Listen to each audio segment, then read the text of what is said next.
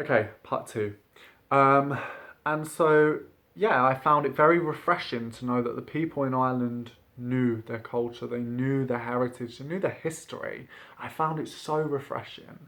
Um, and so after that, we went to see the fire temple, but did not step in it, and fucking rightfully so, because obviously me, my best friend, and my partner, no. Um, and we got the bus back, after having a conversation with this amazingly drunk guy who was this Irish guy who was from the mountains, who was proceeded to play a air guitar and sing in a deep Southern American voice. But he was lovely. Everybody was so lovely. I thought people would have a bit of a problem with us because we was gay, and more so because we're English. Because there are certain parts in Ireland where people are a little bit racist to English people. Um, so I was a little bit like, "Ugh," but no, there's no problems. Everybody was lovely.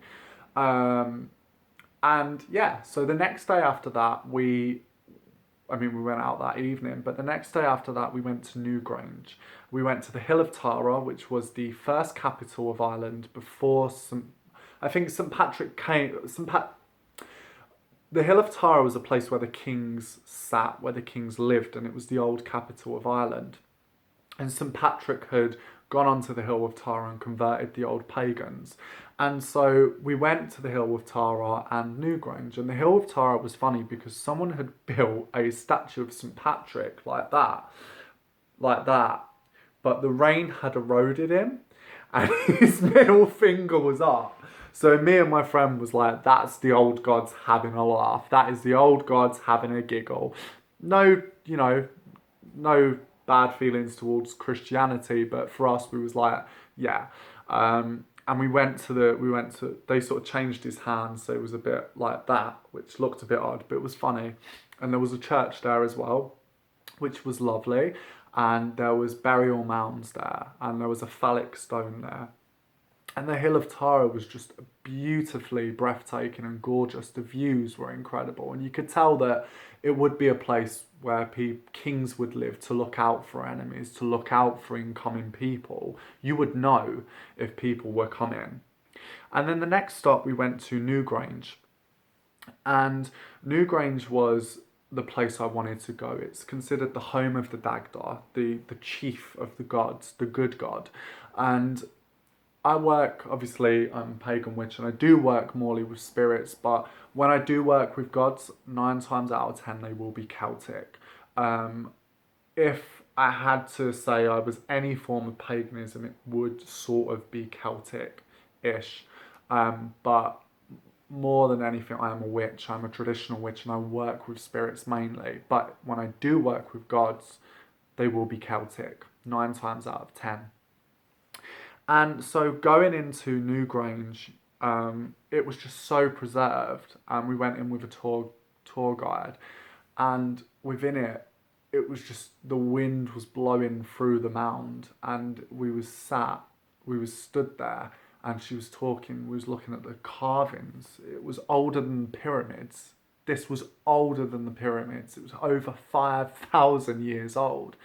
And the best thing was that she done a reconstruction of what it would be like if on the winter solstice. And sometimes you have luck, sometimes you don't, because most of the time I've been out for the winter solstice and the summer solstice, and it's like, hail the mighty sun. Oh, it's just kind of got lighter, there's no sunrise.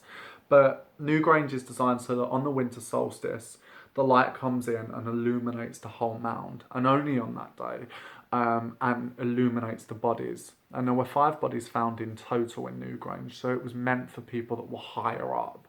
But what they had done is it was lit without damaging the monument. They had actually recreated what it would look like on the winter solstice, and they had lights going through. They had a small tiny light showing. They turn all the lights off, and she talked you through it. And there was a small beam of light, and then it illuminated slowly the whole mound. And I welled up. I got emotional. I felt emotional. Um, Even though it was animated, it was man-made, what they had done, but it was beautiful. You could feel the wind howling from within the mound and saw this light reaching up.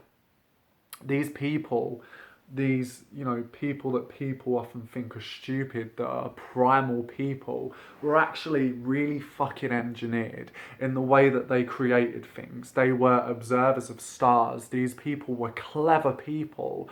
They were in touch with the earth, but they was really, really fucking clever in the fact that they could get this to happen.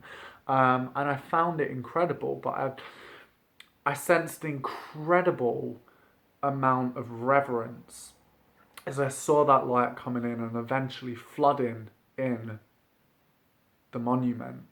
It was just such an incredible sense of power, but it was an incredible sense of reverence for the ancestors.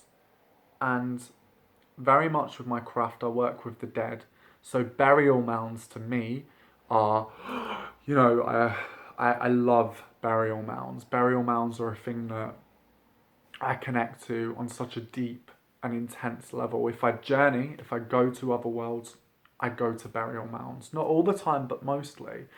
And the mound, for me, is a place of power. It's a place of bodies, people have been put into these mounds. And it's not just that, it's the amount of energy that people have actually done creating the mounds.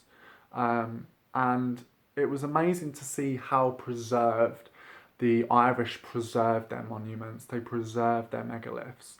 And the tour guide on the way back, sort of was about to leave, and she was like, "Oh, you're from UK, aren't you? England?" And I was like, "Yeah." And she was like, "So what do you think of Brexit then?" And I was like, "Oh God." So I told her the truth, and we started talking about it. And she was like, "Oh, it's very interesting." Blah, blah, blah. And and she was fucking hilarious.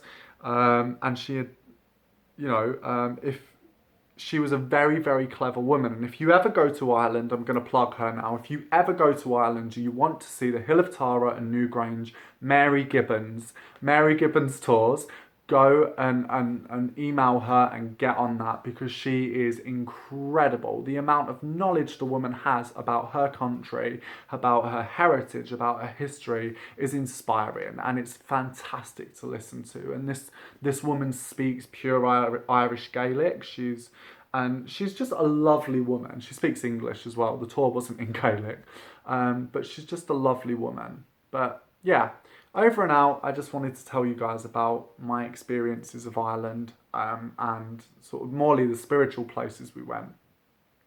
But the rest of the tour was done by drinking Guinness, meeting people at the hostel as well, Americans, Indians, Ukrainians, and all getting drunk, and it was fucking lovely.